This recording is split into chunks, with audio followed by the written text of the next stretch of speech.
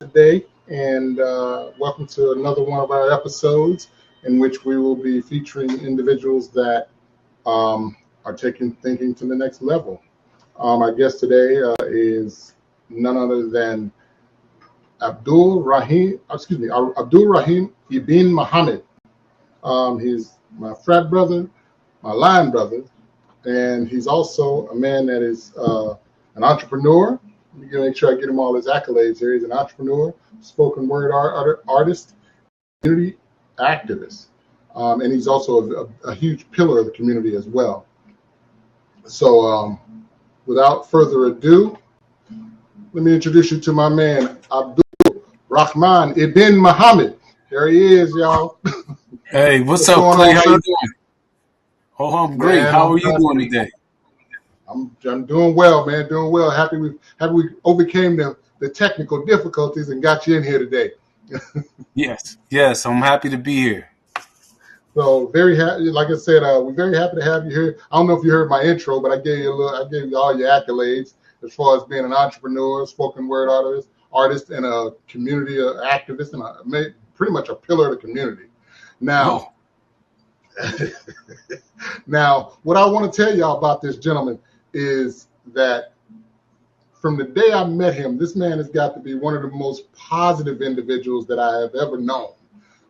He's always finds the upside to things, and he's always on top of his game. And I told him this a long time ago.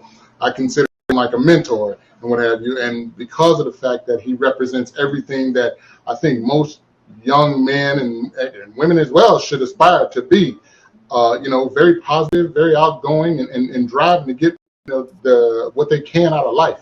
And as we know, this podcast called Next Level Thinking 25, it speaks to all of those individuals that have stepped above and beyond, doing what they need to do in life, community, and in their careers, and to take things to the next level. Now, with that being said, Abdul has done a lot of different things. I'm here to tell you, Next Level Thinking runs in his household, in my opinion. His wife is even a doctor now. She's got her PhD. That's right. So she might be on here one day. So what I want to do is first of all, I want to just let everybody know and understand again that this podcast is not just my podcast.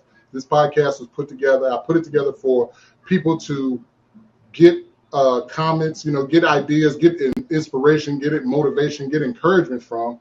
And I want you guys to take, as much opportunity as you can to speak to and to, ask questions, make comments and things like that. Now, in order to make comments and to ask questions, all of them people that have watched on Facebook Live before and hopefully are watching today, if you click on the link, I'll know that you're in the chat. I'll know that you're watching, and you can actually interact with Abdul and myself. So you have to click in the link that's on Facebook, on the Facebook Live, okay? Now, with all that being said, let me shut up and let Abdul tell you. First of all, Abdul, can you tell us a little bit about your background and how you started out and what a little bit about what you achieved so far? Sure. Well, I own a company called My People Clinical Services. I've been in business for about 18 years.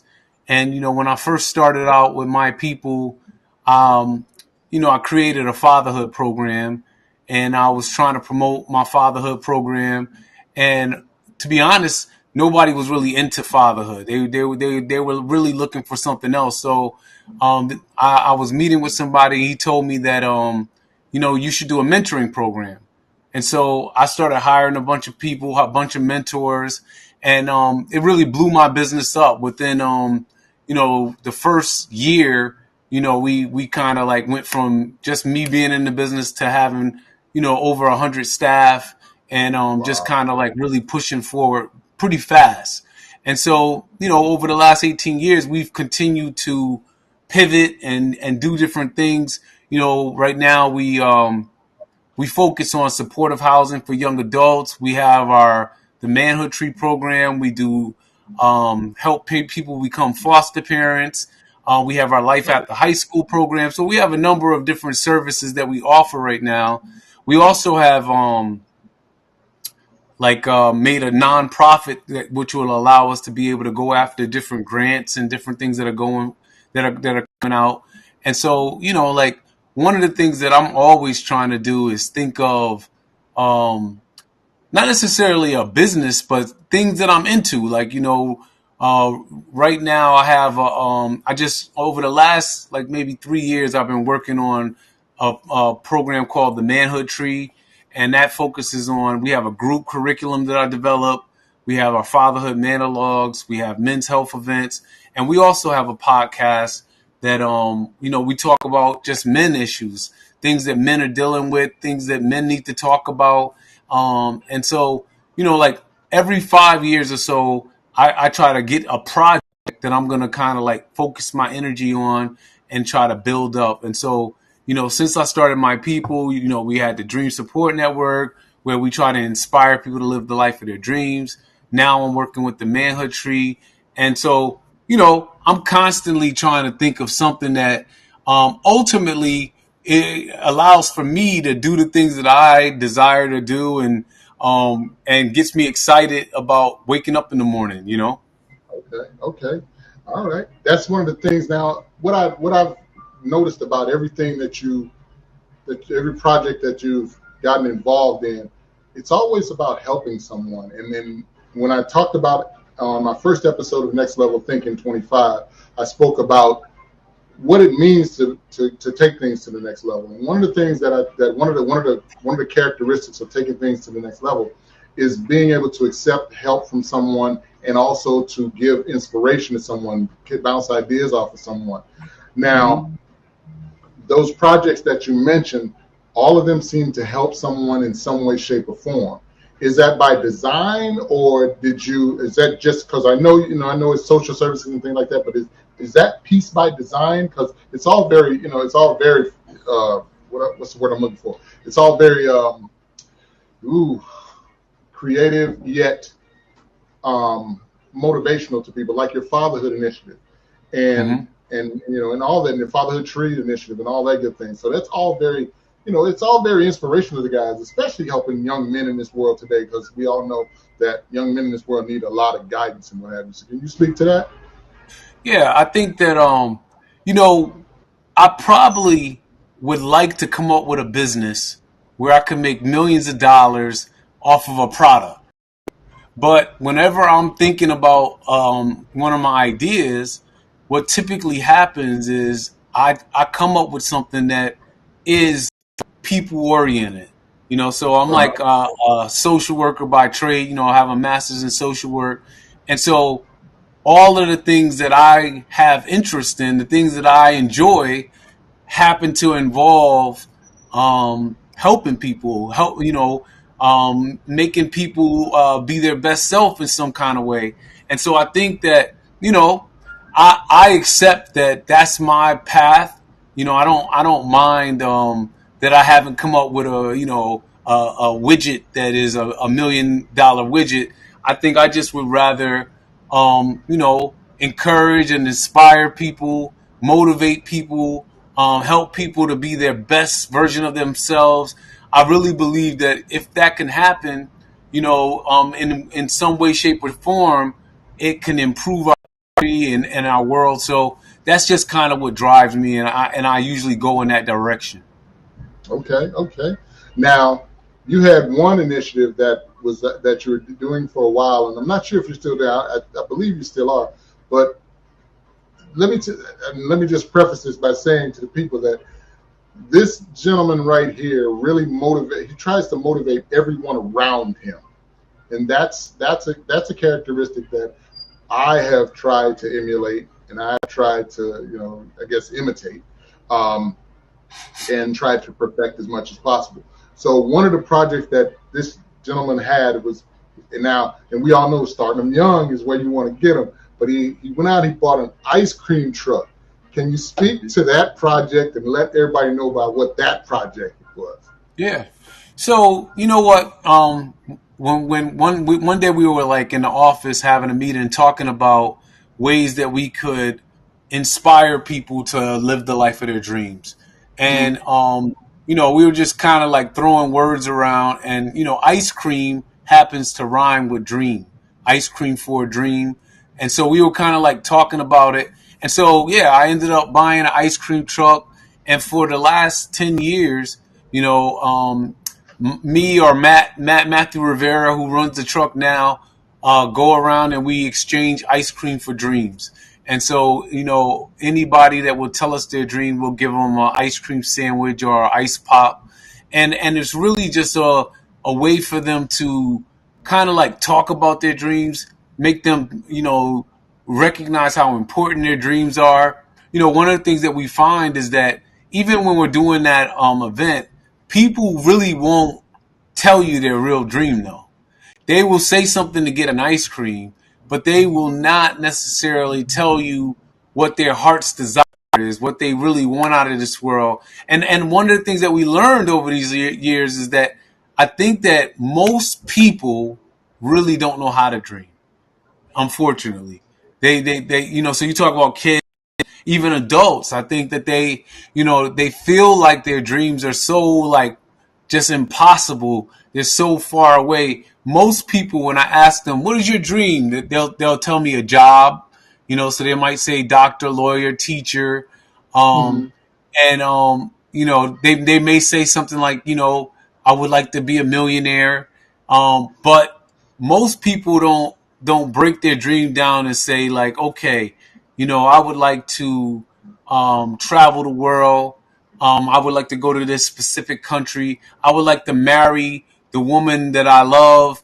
I would like to buy a house. You know, like there's so many categories of dreams that they could kind of like go into, but they Hmm. choose to just go get a job. I want to be a doctor, a lawyer, a teacher. And the funny Right. thing is that if you even talk to them deeper, they don't even really want to be a doctor, a teacher, Right. or a lawyer. It They just just sounds say good. it, you know, they're just saying it because it sounds good, but it's not necessarily what they really want. I hear you. Now, if I correct me if I'm correct me if I'm wrong. I remember you did something to kind of help people kind of realize what their dreams were, and it was like a workbook, Yep. and Yep. that was phenomenal. Tell us how you put that together. Well, I have a number of different products. We have a Dream Chasers workbook. We have the 10 types of dreams. We have the Dream Chasers workshop. And so there's a number of different things that, you know, if a person's having some difficulty about their dreams, we have a step by step procedure to help them to be able to kind of like focus in on what they want. Even when you think about the 10 types of dreams, it allows for them to look at dreams from different categories, being able to say, okay, what is my personal improvement dream? What is my travel dream? What is my education dream? What is my family and relationship dream? Because for every category, you can have a dream. And so, like, you're constantly working on those different types of dreams and trying to accomplish them and then replace them, you know? Yeah, yeah, I get it. I get it. I get it. So now let's back up just a little bit. Let's get a little background on the man himself. Can you tell us, give us some background on you, your education, you came up, what you've done, you know, as far as your education is concerned, what brought you to what you're doing now? Yeah, I mean, you know, I was, you know, I was born in White Plains, New York, and I lived most of my early life in White Plains. And when I was maybe like 14 or 15 years old, my family moved to Connecticut, and so I went to high school, my sophomore, junior, and senior year in West Hartford, Connecticut. After I got out of high school, I wanted to be a filmmaker. So first, I wanted to be a basketball player, right? But Uh huh. my senior year, I had a operation, and I mean, I don't think I would have. I might have gone to a D. You know, I might have been D3 or something like in basketball. So after I wasn't able to play basketball my senior year, I decided I was going to be a filmmaker. And so I actually went to film school when I got out of high school for a Uh huh. semester. When I got to film school, I realized I'm not really like technically interested in film. Like I'm not a person Okay. that, you know, like I don't really care about learning the technology of film. So Right. I dropped out of film school, came back home, for a semester. Then I was thinking about what am I going to do with my life, and I said, well, my parents, they both went to Tougaloo College in Mississippi, so I decided to go to Tougaloo College, which is a historically black college, and so I went down there, and I did pretty well at Tougaloo. It was actually one of the first times educationally that it kind of clicked for me, and Okay. so I started taking my education a lot more serious. And then when I got out of Tougaloo, I came back home for a year, and then I went to Clark Atlanta University to go get my master's degree because Okay. I was thinking that okay, I'm working with these kids, but I feel like I could make a greater impact if I had a master's degree in social work. So I went and got my master's degree. Okay. While I was in grad school, my last semester of grad school, I got kidney failure. And Ooh, so okay. my plan was to um, live in Atlanta because I had a daughter and my daughter lived in Atlanta. So I was going to live in Atlanta, become a social worker down there. But because I got kidney failure, I decided that I needed to move back home because I needed support. And so I knew if I came home, my mother, my father, they would give me support. And so I had to leave my daughter, unfortunately, and move back to Connecticut. And Mm, Connecticut was never really a place that I considered home. And so it was interesting that I got back here because I never planned on being here.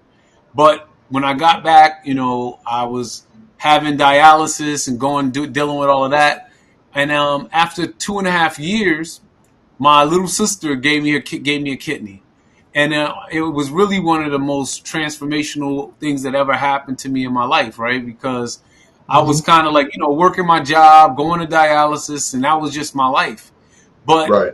when I was on dialysis, I would spend a lot of time, reading books and also thinking about if I ever got a chance to live my life again, what would I do? So this was like the beginning of me thinking about dreams and never stop dreaming and all of that kind of stuff. It was like if I could get out of this chair, what kind of life would I live?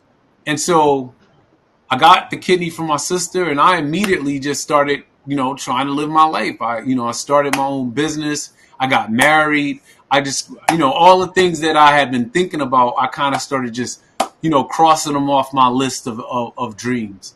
And so, yeah, so basically after that, I've just been, I spent the last 20 years chasing dreams. I've traveled all over the world. I've started different businesses. I've done all types of like adventures, jumping out of airplanes and different things like that.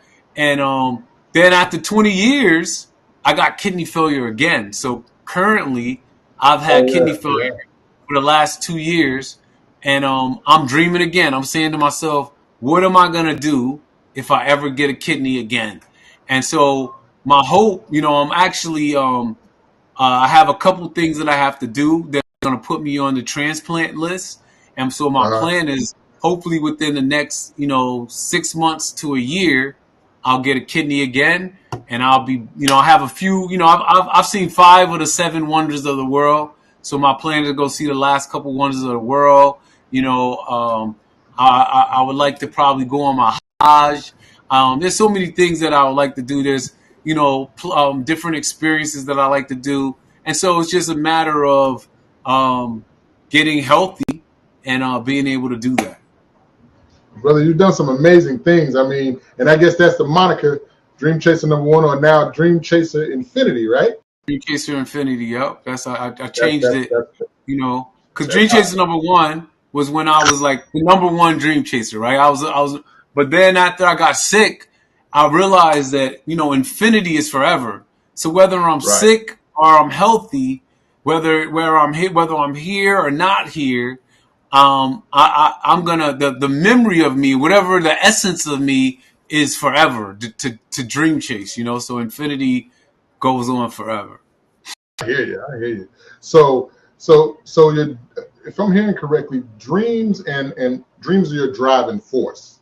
Am I correct? Yes. So I would say like for anything else that I do. So like if I start a business, it was a dream before I started the business. I spent time dreaming about it, right? And so dreams are like at the baseline or the beginning of everything I do.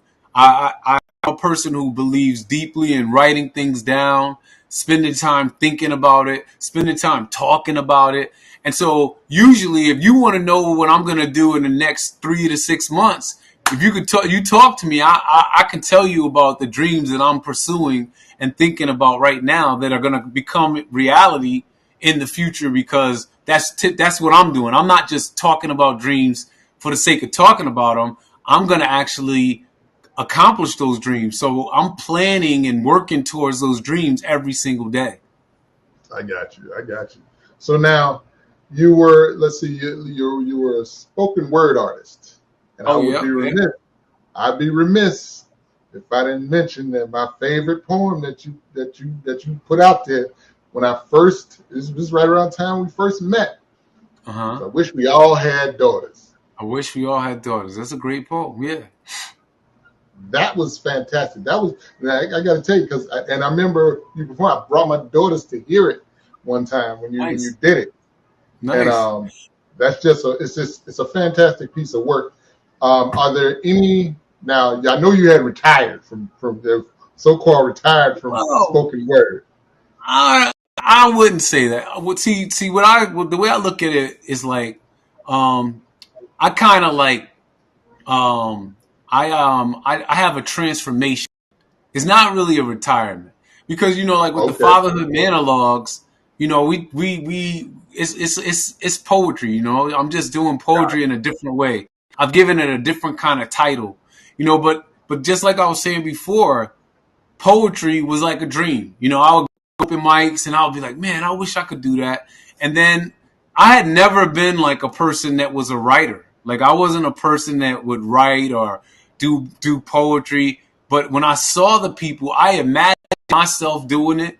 And then I did it for, about 5 or 6 years. And then like I said, even now, with our fatherhood monologues, we're just kind of like focusing the poetry or the stories on fatherhood. Even I wish we all had daughters is a classic fatherhood piece, and so yeah. So I feel like I'm still in it pretty deeply. okay. Well, I had to ask that because you did it great. I mean, I still got the CDs and stuff. Yeah, I took it back to I CDs. have a show. I have a show next week. I have a show. It's gonna be the Fatherhood Monologues Workshop. So Mhm. I'll start off by doing my fatherhood monologue, and then what we're gonna do is have the audience write down some of their thoughts and ideas about their father or being a father, and then they'll share their stuff. So what I try to do now is like through that workshop is try to encourage people to be able to express whatever feelings they may have about their father or about themselves being a father. And so I feel like I never really stopped doing the stuff that I like. I just kind of transform a little bit.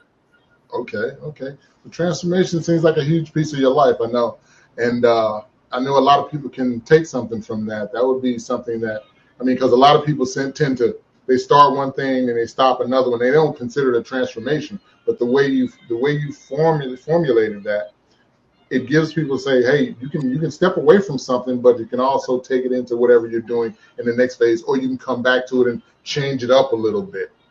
Right. And That's right. and so I think that's a wonderful, wonderful thing. Um, now you've always been an inspiration ever since I met you to me, Mm-hmm. and I know a lot of other people look up to you as far as that goes. I mean, you're the type of person. You're a very down to earth individual. Um, you're always. I mean, you're a leader in your community, and I know you just won an award recently. Can you speak to what that is? Because when I'm talking to people about next level thinking, it's about some of the accolades you can achieve, yet it's also Mm-hmm. some of the things that you can achieve. Some of the projects you can achieve, and you're almost, I mean, I think I could say you're the perfect example for that. So talk about some of the accolades, or the most recent accolades, if you're comfortable talking about some of the others that you've I don't. I accumulated. can't remember what the latest one was for, but this is the thing about accolades, and this is one of the things I would say to anybody that's trying to have next level thinking. I have this thing where I say, okay, if I get somebody recognizes me for something, I'm always humbled by that. It's a humbling thing to get a recognition from somebody when you're just doing what you're doing, right? You're just doing your thing. Right. But Right. what I always do with the accolades, and this is no knock to the people who give it to me, but I only allow myself to have that accolade out in my office for about a month. After a month, I have a box full of plaques and different things like that because what I'm trying to do is never stop dreaming. Like I'm always trying to work on the next thing. And so if you get Hmm. so caught up where you got all of your plaques on the wall and that becomes like, you're always looking at your past. You're like, this is what I Yeah. did. And see, like me, I'm always thinking about my future. And There so, you go. by taking those plaques and not having them become like my my muse, like, oh, look at everything I've done, it allows me to stay a little bit hungry. And so I'm looking, and I'm not necessarily going out looking for plaques, but I'm looking to go out and make an impact in the world, make an impact in our community, be able to influence people into being able to be, whatever way I'm trying to influence them. And so I think that's how I look at it. So I don't get too caught up with recognition. It's funny because some people may say like, like I'm like I might have a big personality sometime, but whenever I get a recognition, I always feel humble, and I don't really it's not something that I like it's funny, like you want it, but when you get it, it's kind of like I feel shy about it. It's not that big Yeah. of a deal. Yeah. So I hear I you. would rather I'll say this. I'm always appreciative of anything that I'm given from the community, and Uh-huh. I'm all about getting out there and doing the work. Like just staying active and staying on the move because that's how you get there. So for people trying to make something happen, you just got to get out there and do something. So That's perfect. That speaks directly to next level thinking. And the way you described that, like you said, it was perfect. You're not worried about what you did. You're appreciative of it, but you're looking to see what else is out there to get done. What other project or whatever thing can I make an impact on? Which is, you said perfectly. And I think that speaks volumes to anyone that's listening to this. And I hope people are taking that to heart because that's actually one of the other characteristics of next level thinking is always be looking to move ahead, to do the next best thing out there, to put yourself in a position to accomplish something else in your life, not just sitting there resting on your laurels and resting on, just getting comfortable. It's about being a little uncomfortable, you know? yeah, Um, so, I'll give you a good example. Like so, next week I have to do a training, two trainings, and these trainings are trainings I've never done before, right? So, organization they contacted me based off of another training that I did, and then they said, "Can you do training for my organization?" And mhm, so of course I was like, "Sure." And so then they give me the stuff that they're looking for. It has nothing to do. It's not even an area where I would say I'm an expert in. But the thing is that I took on the challenge because, like you said, I feel a little uncomfortable. And I know that next week, when I do these trainings, I'm going to be honest with you, I'm probably not going to be at my best.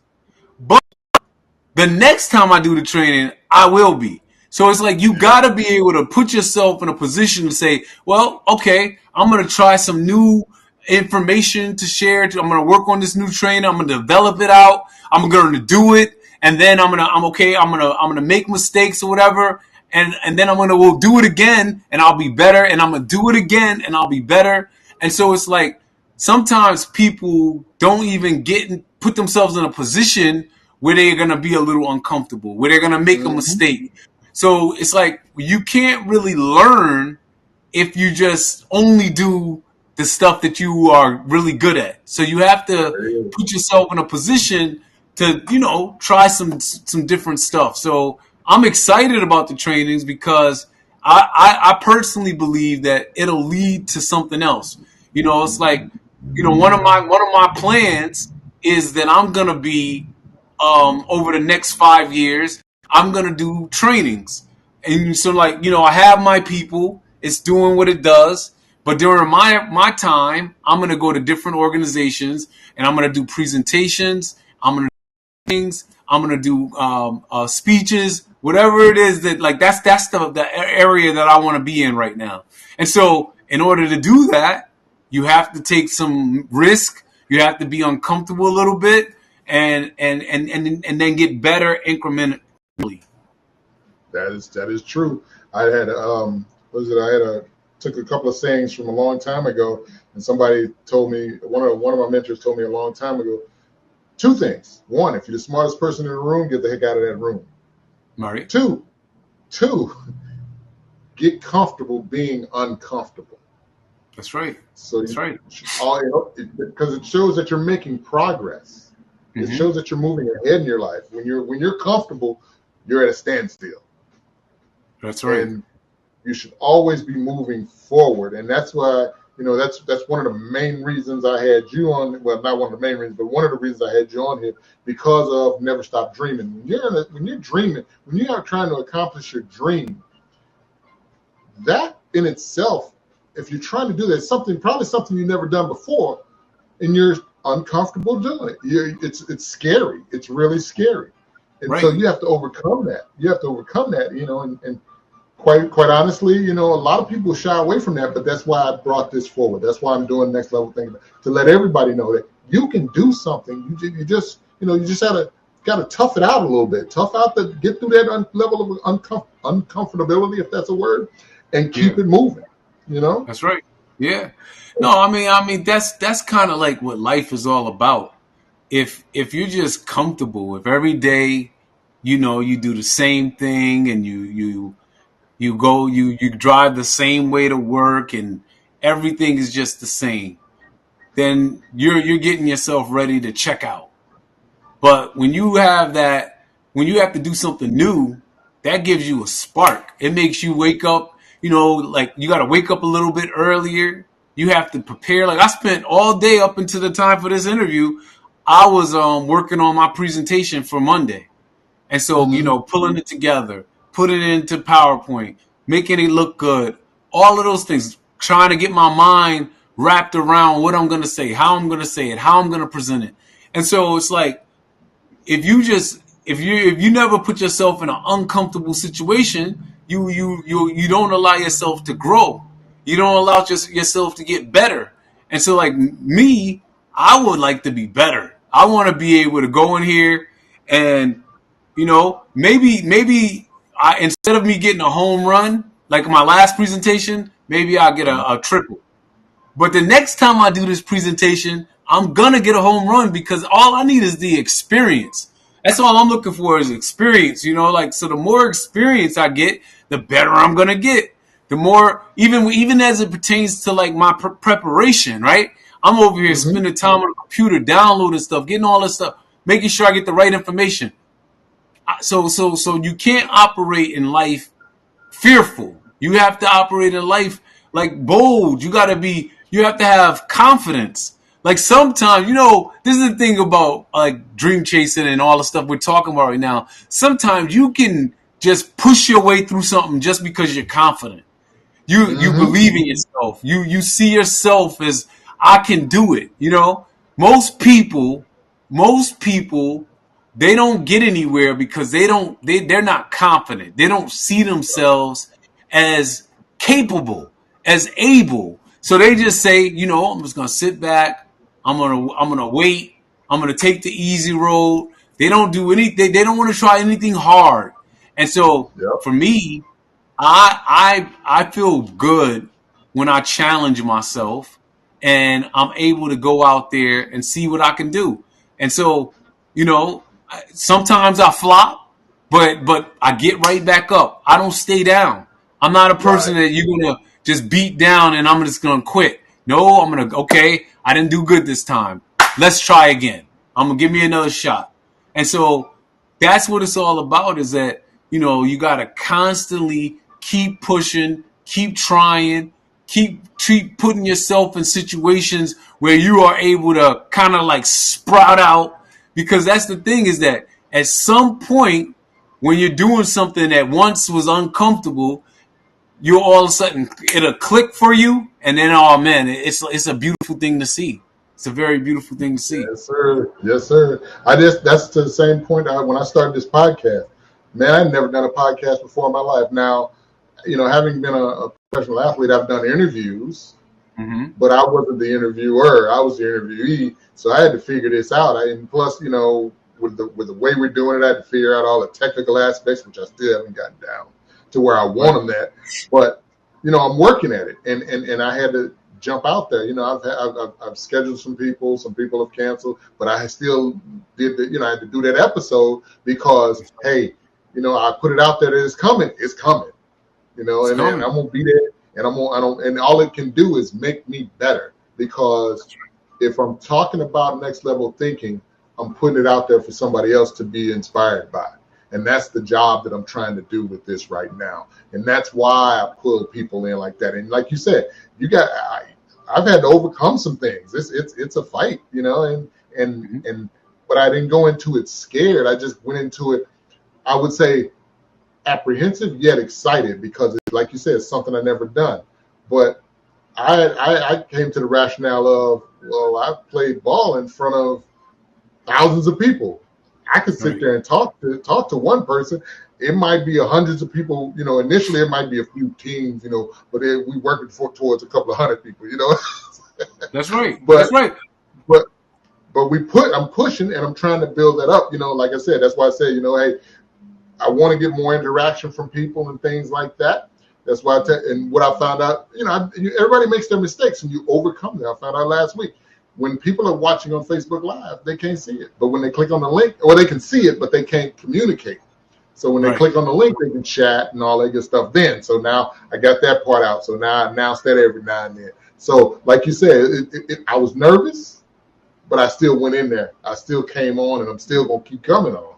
That's right. And I got to tell you, like I said, it's been inspired by people like yourself. Even like some of the things I've done, but it's mostly by people like yourself. I watch people, and I consider myself, and I hear a lot of people saying I'm a good judge of people, but I think I truly am a good judge of people, because I filter out from different people what I need from them, or what I can gain from them, what I can take to the next level with them. And and you and I, we don't see each other that much, but you know what? Every time I see you, and I'm not blowing smoke, I'm telling you, I keep it real with you 1,000%. Every time I see you, it makes me feel good, because I think about all the stuff you've done, and I keep up. I follow you on Facebook, I follow you on Instagram, I follow you everywhere. I should be there. But as a matter of fact, you might have to get a restraining order after a while. But I use what you're doing as a motivation. The one thing I'm trying to get to do, I got some things I got to accomplish for the family, but I want to get to a point. You've seen five of the 8 wonders of the world? 5 of the 7 wonders, yep. 7 wonders of the world. I'm trying to get to the point where I can do that. Now, I don't want to do skydiving. I'm here to tell you that right now. You should. Skydiving is one of the things that it allows for you to recognize that you don't have any control over it anyways, right? And so it's like certain things you do them because they give you absolute freedom. I'll tell you, paragliding is more terrifying than skydiving though, really? Because you don't have any parachute. When you do parasailing, you're just floating in the air on a kite. Yeah, that's dangerous. But that was the scariest thing I've ever done. Oh my goodness, yes. So, couple of last things here. So you've now starting your businesses and doing your things. We talked about what you've accomplished. Let's backtrack a little bit and just talk about how you've dealt with different adversities. And you kind of alluded to them. I mean, it's kind of all encompassing, but talk about your mindset when you run into something that is a form of adversity and how you got over it. And I'm having you talk about this for people that feel that, like sometimes you have people that the first bit of adversity they run into, that's a wrap. Mm-hmm. How do you push past stuff? I have a unique ability to have a bad memory. I literally forget stuff all the time, and so like something bad will happen to me, and by tomorrow it's going out my mind, and so I don't get caught up in the negative things that are going on in my life.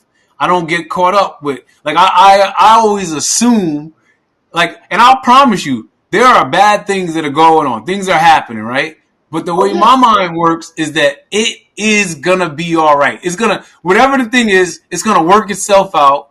And all I gotta do, what I often do is like, whenever I'm like worried about something, concerned about something, I say if I could get to like, so for example, I have a situation that I'm dealing. I'm like, if I could get to August 1st and I'm still intact on August 1st, everything's Mm-hmm. gonna be all right. And so, like for Yeah. me, I just don't get caught up too much in negative stuff. I have the way I think about it is just it's either gonna work itself out or I'm gonna forget about it. I'm gonna totally just forget about it, and by the time it'll have to deal with itself. I have kidney failure right now, right? But I don't Mm-hmm. walk around every day like, oh man, woe is me, I got kidney failure. I just say, okay, I got kidney failure. I go to dialysis 3 days a week for 3 hours and 15 minutes each time. But the rest of the time, I'm gonna be me. I'm gonna do the best I can do. And so if I need to rest, I rest. If I feel good, I go out and do whatever I can do. But I don't let things hold me back. I don't allow for negativity to rule my mind. I always clear it out and just do what I'm trying to do. That's just how I am. I have a pretty positive disposition most of the time, Mm-hmm. and so like most of the time I'm thinking of good stuff. Like I'm just thinking of it. I feel inspired. I get up in the morning. Every morning I get up and I'm like, yo, whew, nine days out of 10 days I get up, I make the bed up, like so I'm starting my day off saying like I did my first task of the day, and so I always just try to look at the bright side instead of the negative side.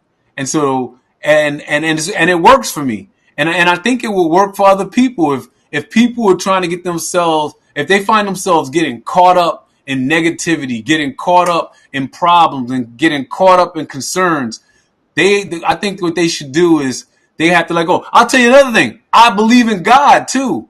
I know that like I feel like there's a purpose for me. I feel like there's that He's gonna take care of me, that things are gonna be okay. And so I feel like when you put all of that stuff together, it allows for you to be able to walk through life and not have to get yourself all like weighed down by negativity. I hear you. I hear you. Well, my brother, I appreciate you coming on. I ain't gonna keep you too long. I know you're trying to prep for your presentation. Um, like I said, with all of my heart, I appreciate it, and and I do follow you, and I do keep up with you. I don't talk to you that often, as probably as often as I should, but I do follow you. I do keep up with you. I do know what's going on with you when I see stuff, and I'm trying to, like I said, I'm trying to emulate you. You are the best example that I can come up with to do things. And like you said, we fail. I fail a lot of things, but I try to keep a positive mentality about it and be an optimist That's right. at its best, and understand that, hey, okay, this is bad. Okay, I know this is bad. Ain't no use me being mad about this. Let me keep it pushing. I'm not as perfect. I'm not as good. I won't say perfect, but I'm not as strong as you are right now. But I'm getting there. I'm getting there fast too, because I Keep can't. pushing. I guess I'm coming to the age where I realize, hey, what are you gonna do? All you can do is solve the problem. That's right. And That's right. so, but I want to thank you once again. Um, Tell everybody what you got coming up again, so that if they can tune in, they can check you out. Yeah, I mean, our next we got a community event coming up on. Actually, we have one on July 29th. We're doing a collaboration with a church in the community. If you just look at our Facebook page, My People Clinical Service, My People Community Services. We're going to be doing a men's health event in September. We're going to be doing a Dad Hero Community Day in East Hartford. And so those are a couple things that are coming up. We're working on the podcast. We have, like I said, we have the Fatherhood Monologues next week. We're going to be at Yard Gold Stadium on Thursday night at 6:00. So come over there for that workshop if you're interested. It should be a good time. And like Clay said, there's always new things popping up on the timeline. So you can follow me at Abdul Rahman bin Muhammad on Facebook, Instagram, and those are the only two I'm on right now. So, but I appreciate you bringing me on the show today, and stay in touch, stay, come to a meeting. You know what I'm saying? Yeah, We'd love to see I've been you. saying I'm coming. I am gonna come, but y'all don't know this is my line, brother. This is That's right. we here. So That's right. I ain't never gonna forget him. Proud members of Alpha Phi Alpha Fraternity Incorporated, and he's I can honestly say he's been way more active than I have lately. But my job is to get back in there and do what I need to do. But again, thank you, my brother, for coming on. I wish you all the best. I will be seeing you more frequently, and I am going to try to get to some of these events that you have going on. And again, I do appreciate you coming on and sharing your knowledge and your experiences with the people. And hey, maybe sometime in the near future, keep Dayshell informed. I might have her on here too. I sure will. All right. I appreciate you. Never stop dreaming, and peace to everybody out there. Thank you very much, brother. Have a great day. You too.